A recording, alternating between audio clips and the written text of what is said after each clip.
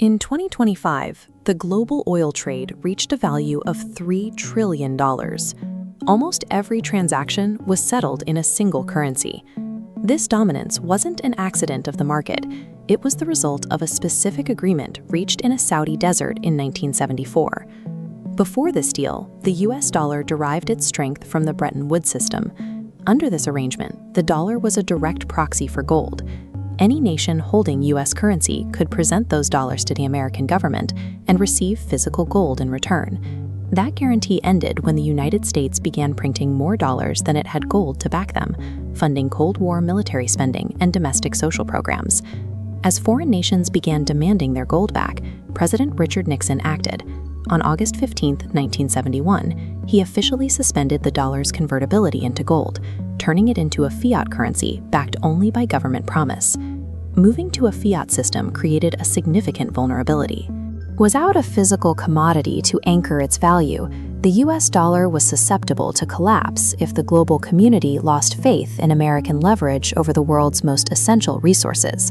That leverage was tested in October 1973. During the Yom Kippur War, the US supported Israel with a massive airlift of weaponry. In response, Arab oil producers within OPEC deployed the most effective weapon they possessed. They embargoed the United States and slashed production. The embargo crippled the American economy. The price of oil exploded from $3 to nearly $12 a barrel. Domestic inflation soared, and gas stations across the country ran dry as fuel shortages paralyzed daily life. By 1974, the US was presiding over an unbacked currency and runaway inflation, while the world's most critical commodity was being used as a geopolitical weapon. To restore confidence, the government needed a new anchor, a resource so essential that every nation would be forced to use US dollars to acquire it. Secretary of State Henry Kissinger traveled to Saudi Arabia with a proposal to solve this crisis.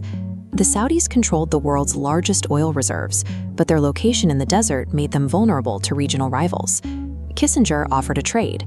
If Saudi Arabia agreed to price and sell all of its oil exclusively in US dollars, the United States would provide total military protection for their oil fields and a steady supply of advanced weaponry. Saudi Arabia agreed to the terms in 1974. Within a year, the rest of the OPEC nations adopted the same dollar-only pricing framework for their exports. This agreement effectively replaced gold with oil. Because every industrialized nation required oil to function, every nation now required a constant supply of US dollars to pay for it. The machine has three gears. First, global demand. Nations like Japan acquire US dollars for oil. Second, recycling. Exporters reinvest surplus dollars into US Treasury bonds. Third, self-funding. The US finances its military, which protects the oil fields, completing the cycle. This loop grants America an exorbitant privilege. It allows the US government to run massive deficits and print money, because the rest of the world constantly absorbs that currency to facilitate the global energy trade. This system provides the US with more than just economic stability. It provides infrastructure. Because most global trade is priced in dollars, being cut off from the dollar system via US sanctions is like being disconnected from the financial internet. It can effectively stop a nation's economy from working. In 2000, Saddam Hussein announced Iraq would begin selling oil in euros. A decade later, Muammar Gaddafi proposed a gold-backed African currency to replace the dollar in oil trades. In 2018, Nicolas Maduro launched a crypto project specifically designed to bypass US sanctions and sell Venezuelan oil outside the dollar system. Within 3 years of his announcement, Iraq was invaded and oil sales returned to dollars. In 2011, NATO intervened in Libya. Gaddafi was killed and his gold-backed plan died with him. In Venezuela, the US launched a military operation that captured Maduro in 2026. These interventions were driven by a complex mix of motives, including regional politics and security concerns. However, the consistent collapse of regimes that attempted to bypass the dollar created a powerful deterrent. For decades, the stability of the petrodollar relied on the widespread belief that the system was effectively mandatory. That belief began to fracture in 2022.